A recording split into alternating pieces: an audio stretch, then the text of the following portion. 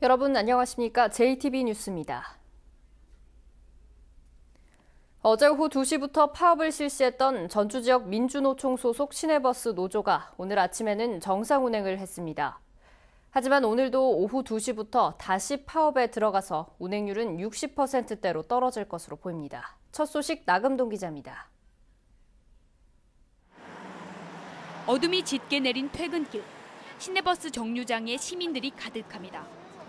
추운 날씨에 몸은 이미 꽁꽁 얼었지만 기다리는 버스는 좀처럼 오지 않습니다. 조금만 추워지면 파업만 하는 거예요. 왜 버스가 맨날 우리 서민들만 죽으라고 하는 거예요. 왜요? 적지 않은 불편에 시민들은 하루빨리 버스 문제가 해결되기를 바라고 있습니다. 가야 하는데 이제 추운 날씨에 계속 오래 기다리니까 많이 불편해가지고 이제 버스 파업이 빨리 좀 끝나셨으면은. 어제 오후 2시 전주의 4개 시내버스 노조가 1일 2교대제 도입과 정년 연장을 요구하며 기습 파업에 들어갔습니다. 민주노총 조합원 390여 명이 파업에 참여해 195대의 운행이 중단됐고 시내버스 운행률은 50% 수준으로 떨어졌습니다. 다행히 오늘 아침 출근 시간에는 시내버스가 정상 운행되고 있습니다. 하지만 공공운수 전북 버스 지부는 오후 2시부터 막차 시각까지 또다시 파업을 예고했습니다. 오늘은 어제보다는 50여 대 적은 140넉 대의 시내버스 운행이 중단되고 운행률은 63%에 그칠 것으로 보입니다. 일부 시외버스 노조도 연대 파업에 동참할 예정입니다. 공공운수 전북 버스 지부는 오늘 사측과 협상을 벌여 요구사항이 받아들여지지 않을 경우 다음 주 월요일부터 무기한 부분 파업을 이어갈 계획이라고 밝혔습니다. JTB 뉴스 나금동입니다. 진안군이 가위박물관에 전시될 가위를 터무니없이 비싼 값에 구입하고 값을 정하는 감정평가 과정에도 상당한 의혹이 있다는 사실 이미 보도해드렸습니다. 진안군이 박물관 공사업체에 유물 구입은 물론 감정위원 선정까지 맡긴 것으로 드러났습니다. 하원호 기자입니다. 지난 2015년 진안군은 가위박물관 공사업체를 선정했습니다.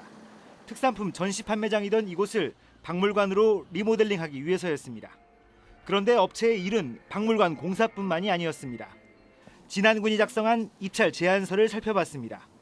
전체 사업비 18억 원 가운데 5억 원으로 가위 유물 등을 구입하고 공인 감정기관 또는 사설 감정기관의 가격 감정평가를 받도록 했습니다. 그러니까 박물관 공사업체에 가장 중요한 유물 구입은 물론 값을 매기는 감정기관 선정까지 맡긴 겁니다.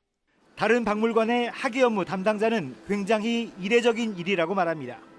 업체에 의뢰를 해서 또 전문가도 리모델링 업체에서 선정하도록 하고 구입하는 경우는 굉장히 이례적인 일이라고 생각을 좀 하고요.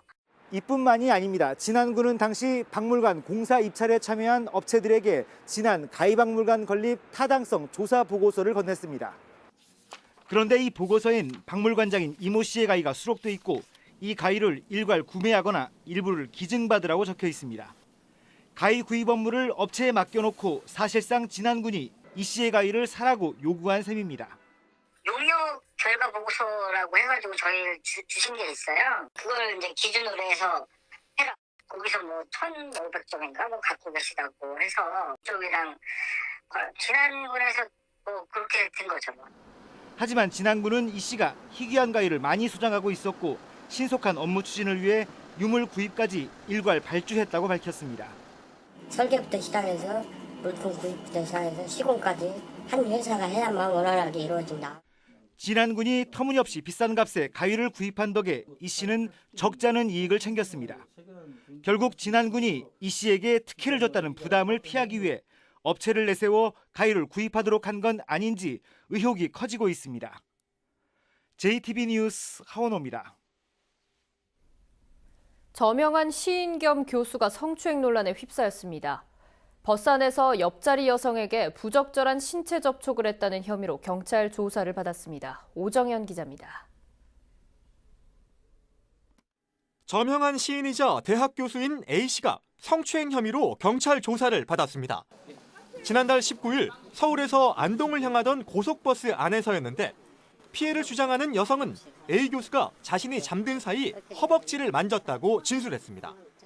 여성은 10대 여고생인 것으로 알려졌습니다. 내려서 엄마가 마중 나왔잖아요. 거기서 이제 엄마하고 같이 얘기를 한 거죠. 아니다. 그쪽에서는 아니다. 얘가 학생이 오해한다 하면서 내가 누구누구다 전화번호 알려주고 찾아서 신고한 거래요. A 교수는 오해에서 비롯된 해프닝이라고 진술한 것으로 알려졌습니다. 잠든 여성이 자신에게 기대자 허벅지를 찔러 깨웠을 뿐이라는 해명입니다. 그 아니라고 진술하셨다고요? 예, 그렇게 이야기했는데 제가 다시 중심으로 내가. 경찰은 당사자들의 진술이 엇갈리는 만큼 사건을 신중하게 접근하고 있습니다. 의견이 좀 불친하죠. 지금 우리가 고민스러운 거예요. 그래서 조사를 어떻게 어느 방향으로 해야 하는 건지 그것도 어렵고. 경찰은 A 교수를 몇 차례 더 불러내 조사를 벌일 계획입니다.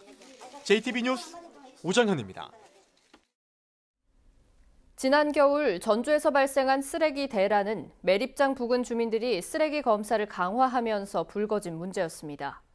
전주시의회가 매립장 부근 주민들이 쓰레기 반입에 개입할 수 없도록 하는 이행 합의서를 요구해 주민들과 갈등을 빚고 있습니다. 송창용 기자입니다. 지난해 12월 쓰레기 처리가 늦어지면서 전주 시민들은 큰 불편을 겪었습니다. 당시 쓰레기 시설 부근 주민협의체가 쓰레기 반입 검사를 강화했기 때문입니다. 전주시의회는 주민들이 쓰레기 검사 권한을 쓰레기 반입을 금지하는 도구처럼 이용하는 것은 문제가 있다고 판단하고 있습니다. 때문에 매립장 부근 주민들이 쓰레기 반입을 금지할 수 없도록 하는 이행 합의서를 수용할 것을 주민들에게 요구하고 있습니다. 누가 뭐라 해도 우리 시민들한테 불편을 가장 크게 초래하는 쓰레기 일방적인 반입 저지는 당연히 막아야 된다 이렇게 생각했습니다. 하지만 소각장 부근 주민들로 구성된 주민협의회는 전주시 의회의 요구를 받아들일 수 없다는 입장입니다. 주민들은 전주시 의회의 요구를 받아들일 경우 전주시와의 대응 과정에서 힘이 약화된다는 점을 우려하고 있습니다. 지금 협의체에서는 일단 그 부분에 대해서 성상 조사권을 포기를 할 수는 없다고 생각을 합니다. 전주시의회는 이행 합의서를 수용하지 않으면 주민협의체 위원을 추천하지 않겠다며 강하게 밀어붙이고 있어 쓰레기 시설 주민들과의 향후 협상 과정에서 진통이 예상되고 있습니다. JTB 뉴스 송창용입니다. 익산 웅포 곰개나루터 인근 지역을 관광지로 활성화시키겠다는 웅포 관광단지 계획이 20년째 표류하고 있습니다.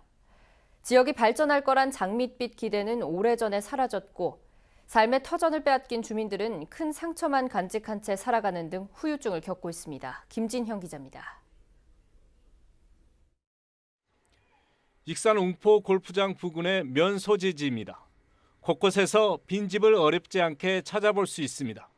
지난 2005년 웅포 골프장을 조성하면서 논밭이 수용되자 삶의 터전을 잃은 주민들이 마을을 떠난 것입니다. 그러니까 인구가 자꾸 줄어들고 뭐 젊은 사람들이 다 떠나고 뭐 노인들만 몇 남아 살고 폐가들이 많고 이제 그러죠. 웅포면 인구는 2002년 당시 2,300여 명에서 500여 명이나 줄었습니다. 개발 과정에서 찬반으로 갈린 주민들의 상처는 아물지 않고 있습니다. 찬성이고 반대고 이제 그런 이제 주민들은 속으로는 이제 갖고 오는 이제 그런 것이 좀 있겠지만 겉으로는 뭐 별로 이제 내색도 않고 그러고 있어요. 빚으로 시작한 웅포 골프장은 얼마 가지 못해 부도를 맞았습니다. 호텔과 콘도미니엄 등 숙박시설과 골프장, 학교 등 약속한 사업은 아직도 시작을 못하고 있습니다. 관광단지가 조성되면 지역이 발전할 거란 장밋빛 전망은 사라진 지 오래입니다. 웅포 관광단지 조성 사업이 처음부터 법과 원칙을 무시한 특혜성 사업으로 흘렀기 때문입니다. 공개적이고 절차적 정당성들을 확보하지 못하고 그냥 밀실에서 몇몇 사람의 어떤 정치적 거래를 통해서 진행이 됐다는 겁니다. 그래서 익산시는 강산이 2번 바뀌었지만 아직까지 해결책을 찾지 못한 채 허둥대고 있습니다. 개발 논리를 앞세워 주먹구구식으로 추진된 웅포 관광지 조성 사업이 지역사회에 되돌릴 수 없는 막대한 피해를 남기고 있습니다. JTB 뉴스 김진영입니다. 근대 항만역사관 등 군산의 관광 기반을 넓히는 시설 조성 사업이 내년부터 본격화합니다. 남원에서는 교룡산성의 역사성을 확인시켜주는 건물터가 확인됐습니다. 시군 소식 주혜인 기자입니다. 군산의 근대역사박물관에 이어 근대 항만역사관 조성 사업이 내년에 시작됩니다. 항만역사관은 120억 원이 투자돼 오는 2020년 완공을 목표로 하고 있습니다. 군산시는 이와 함께 신시도 자연휴양림 조성 사업비도 내년 정부 예산안에 반영되면서 관광객 유치에 한층 도움이 될 것으로 내다봤습니다. 관광객이 350만이 넘겠습니다. 그런데 그런 관광 기반을 마련하는 과정의 예산들이 이번에 많이 들어갔다. 남원 교룡산성의 군기고터가 조선시대가 아닌 통일신라 말에서 고려시대 초기의 대규모 건물터라는 발굴조사 결과가 나왔습니다. 교룡산성은 정유재란 때 남원 주민들이 왜군에 맞서 싸운 곳입니다.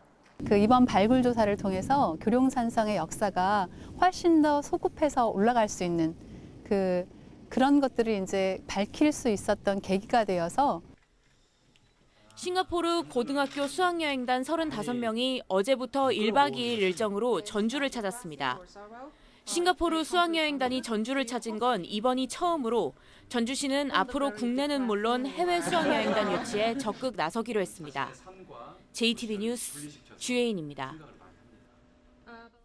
부안 개화포구에서 채취한 야생조류 분변에서 AI 바이러스가 검출됐습니다. 농림축산식품부는 지난 5일 개화포구에서 채취한 야생조류 분변에서 AI 바이러스가 검출돼 치사율이 높은 고병원성인지 조사하고 있다고 밝혔습니다. 농식품부는 검출 지점 반경 10km 안에 있는 닭과 오리 농가 122곳에 대해 이동 중지를 명령하고 소독을 강화하고 있습니다. 국토교통부가 지난해 12월 발주한 새만금 신공항의 항공수요조사 용역 결과가 빠르면 이달 중에 공개될 전망입니다. 전라도에 따르면 이번 연구조사에는 항공수요와 입지 분석이 포함돼 있는 만큼 전북 지역의 향후 여객 수요 전망치와 함께 구체적인 후보 지역들의 장단점 분석 등이 포함될 예정입니다. 국토부는 이번 조사 결과가 잘 나올 경우 내년 1년 동안 사전 타당성 검토를 진행하고 이어 기획재정부가 새만금 신공항의 마지막 관문인 예비 타당성 조사에 나서게 됩니다. 새만금 신시 야미 관광레저 용지를 개발할 법인이 설립됐습니다. 지난 9월 새만금 개발청과 투자 협약을 한 부동산 개발업체 보성산업과 한양 등은 새만금 신시 야미 관광레저 용지를 개발하기 위한 법인으로 새만금 관광레저 주식회사를 설립했습니다. 새만금 관광레저 주식회사는 오는 2024년까지 신시 야미 관광레저 용지에 호텔과 수변 상점, 대관람차 등을 직접 건설하고 추가로 관광 휴양시설을 유치할 계획입니다. 농생명 산업을 집적화하는 아시아 스마트 농생명밸리 조성 사업이 내년에 시작됩니다. 전라도는 내년 정부 예산에 인체유용 미생물 산업 육성을 위한 사업비로 2억 원이 반영돼 대선 공약인 농생명밸리 조성 사업을 본격적으로 시작할 수 있게 됐다고 밝혔습니다.